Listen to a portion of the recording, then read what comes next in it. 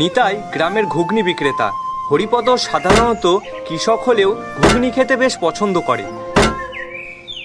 অন্য সব দিনের মতো আজকে সকালে সে নিতাইয়ের দোকানে এসেছে ঘুগনি খাওয়ার জন্য। কি গো নিতাই দা, ব্যবসা কেমন চলছে তোমার?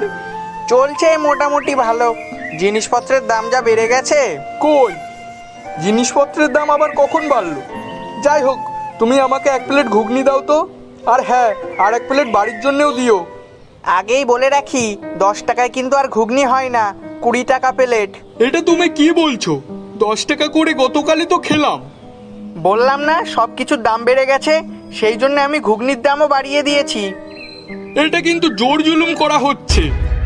কোনো জোর জুলুম নেই, ভালো লাগলে খাও, না হলে বিদায় হও, এত কথা বলার সময় নেই।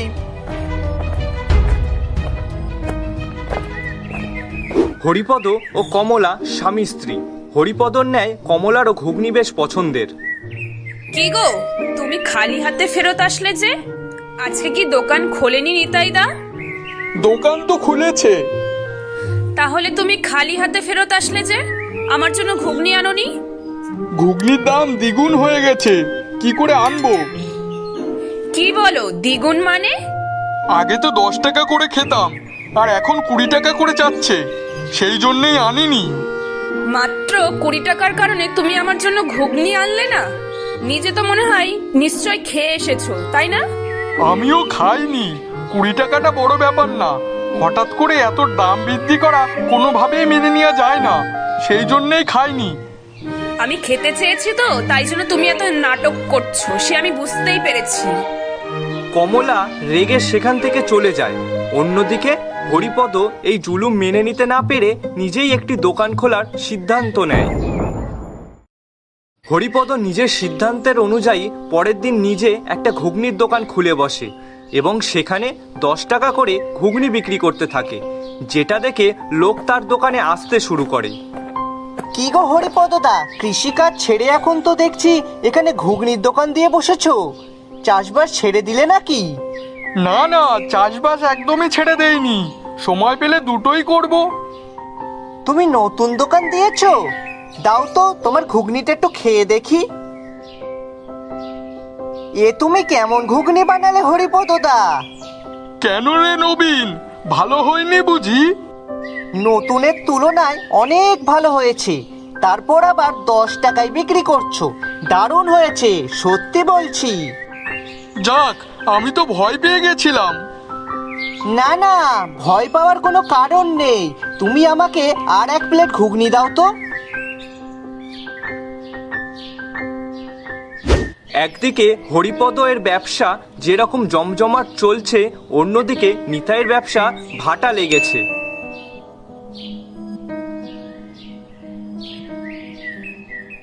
এ কি, আজকে এত কম টাকা কেন? আজকে তো অনেকগুলো ঘুগনি বেঁচে গেছে, সেই জন্যেই এত কম টাকা। এমনটা তো কখনো হয়নি, সব সময় তো তোমার ঘুগনি শেষ হয়ে যায়। হরিপদ আমার দোকানের পাশে একটা দোকান বসিয়েছে, আর সেখানে ঘুগনি 10 টাকা করে বিক্রি করছে। তাহলে তুমি কি করবে? তুমিও তাহলে 10 টাকায় বিক্রি করো। না না, 10 টাকা করে বিক্রি করব না, তাহলে অনেক কম লাভ হয়। তাহলে কি করবে? কালকেই জমিদার বাবুর কাছে ওর নামে বিচার দেব, জমিদার বাবু বেটাকে ঠিক শায়েস্তা করবে।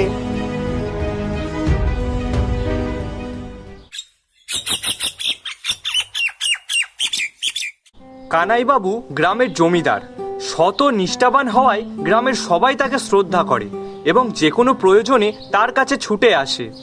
কি রে নিতাই, আজকে দোকান খুলিসনি? সকাল সকাল আমার বাড়ি? আমার ব্যবসা বন্ধ হওয়ার মতো অবস্থা বাবু, আমাকে রক্ষা করেন। কেন রে নিতাই, তোর ব্যবসার আবার কি হলো? হরিপদ আমার দোকানের পাশেই একটা ঘুগনির দোকান খুলেছে, আর সেখানে 10 টাকা করে ঘুগনি বিক্রি করছে। তাতে কি হয়েছে, ও তো ব্যবসা করতেই পারে। বাবু করুক, কিন্তু সমস্যা হচ্ছে আমি 20 টাকা করে বিক্রি করি, খদ্দের তো এখন আমার কাছে আসছেই না। আপনি একটা বিহিত করুন, হরিপদকে 20 টাকা করে বিক্রি করতে বলুন। না না, এটা তো অন্যায়। আমি তো কাউকে এটা বলতে পারি না। সে যদি 10 টাকা বিক্রি করে লাভ করে, তুমিও সেটা করো। বাবু, এটা কিন্তু আমার সাথে অন্যায় করা হচ্ছে। আপনি আমাকে সাহায্য করলেন না। এই ব্যাপারে আমি তোমাকে কোনো সাহায্য করতে পারবো না, তুমি এখান থেকে চলে যাও।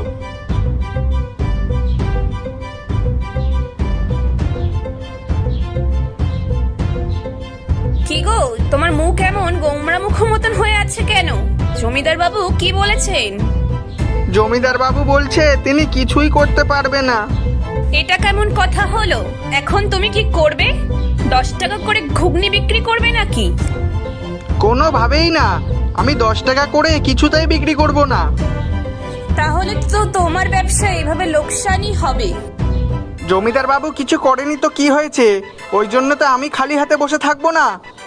তুমি কি করবে? ঝগড়া ঝামেলা করতে যেও না যেন, না হলে জমিদার বাবু কিন্তু তোমাকেই দোষারোপ করবে। আরে না না, আমি ঝগড়া ঝামেলা কিছুই করব না। আমার মতো করেই আমি ওই হরিপদকে শাস্তি দেব, তুমি শুধু দেখে নিও। যাই করো না কেন সাবধানে কিন্তু। জমিদার কানাইবাবু যখন নিতাইয়ের অন্যায় আবদার মেনে নেয় না, তখন নিতাই নিজেই হরিপদর বিরুদ্ধে ফন্দি করতে শুরু করে।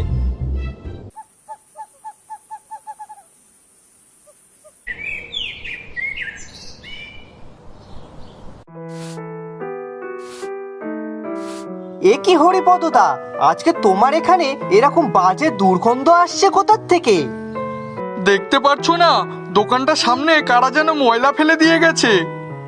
কে এমন বেয়াক্কেল লোক যে তোমার দোকানের সামনে ময়লা ফেলে গেছে? চোখে অন্ধ নাকি? কি করে বলবো কে করেছে? সকালে কজন লোক এসেছিল, দুর্গন্ধে এসে চলে গেছে। কেউ ইচ্ছা করে তোমার সাথে শত্রুতা করছেটি না তো আবার? আমি তো চোখে কাউকে দেখিনি, শুধু শুধু দোষারোপ করতে চাচ্ছি না। তুমি একটুখানি বসো, আমি একটুখানি এই জায়গাটা পরিষ্কার করে পানি ছিটিয়ে দিই, তারপর তোমাকে ঘুগনি দিচ্ছি। পরের দিন সকালে এমন এক কাণ্ড ঘটে যার জন্য হরিপদ দোকান বন্ধ রাখতে বাধ্য হয়। এ কি হরিপদদা, আজকে তুমি দোকান খুললে না যে? কত লোক এসে ফিরে যাচ্ছে, তোমাকে খুঁজছে। কি করব, ভাগ্য খারাপ, সেই জন্যই খুলতে পারলাম না। কি হয়েছে, তোমার শরীর খারাপ করেছে নাকি? আরে না না, শরীর খারাপ করেনি, শরীর একদম ঠিক আছে। তাহলে কি হয়েছে একটু খুলে বলো না, না বললে কিভাবে বুঝবো? আমাদের সাথে কি হচ্ছে কিছুই বুঝতে পারছি না। সকালে ঘুগনি রান্না করবে, তখন গিয়ে দেখি আমাদের মশলার বাটাগুলো পাল্টে গেছে। কি বলো বৌদি? হ্যাঁ সত্যি কথা, আমরা নিজেরাও বুঝতে পারছি না। আজকে যদি এভাবে রান্না করে নিয়ে যেত, নিশ্চয়ই আজকে সম্মানহানি হতো। এর আগে ভেবেছিলাম কাকতালীয়, এখন তো মনে হচ্ছে কেউ ইচ্ছা করেই করছে। আমার তো কোনো শত্রু নেই। তুমি আমার সাথে চলো, কে করেছে আমি ভালোভাবেই বুঝতে পারছি। এখনই কানাই বাবুর কাছে চলো।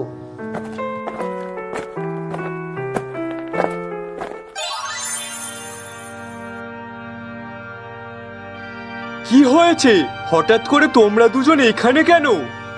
বাবু, আপনার কাছে একটা বিপদে পড়ে এসেছি, হরিপদদা এবং আমি। কি বিচার বলো? আপনি হয়তো জানেন, নিতাইদার দোকানের পাশে হরিপদদার একটি ঘুগনির দোকান দিয়েছে এবং 10 টাকায় বিক্রি করছে। হ্যাঁ, সেটা তো আমিও জানি। দুদিন আগেই নিতাই এসেছিল বিচার নিয়ে।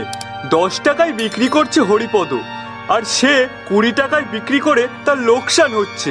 এই সব নিয়ে আমি উল্টে ওকে ধমকে বাড়ি পাঠিয়ে দিয়েছি। সেই জন্যই সে এখন হরিপদদার পিছনে লেগেছে, তার ক্ষতি করার চেষ্টা করছে। আপনি একটা বিহিত করুন। কোনো প্রমাণ ছাড়া আমি তো বিহিত করতে পারি না। তোমরা প্রমাণ নিয়ে এসো, তারপর বিহিত করব।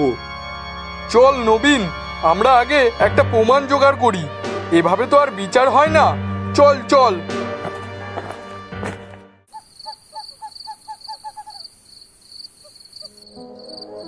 নিতাই ও অনুরাধা যখন দেখছে কোনো ফন্দি করে কাজ হচ্ছে না, তখন তারা হরিপদর ক্ষতি করার জন্য আরো বড় ধরনের সিদ্ধান্ত নেয়। কি করবে আজকে? আজকে ওর গাড়ি উল্টে দেব আর সমস্ত হাঁড়ি পাতিল চুরি করে নেব। আজকে একদম উচিত শিক্ষা হবে, দোকান আর খুলতেই পারবে না। কে ওখানে? কে ওখানে? ধর ধর।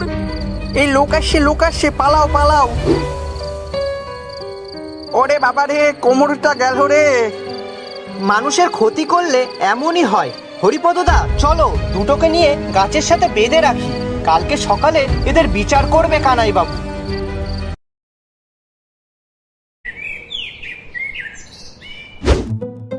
তোমরা এত জঘন্য কাজটা করবে এটা কল্পনাও করা যায়নি।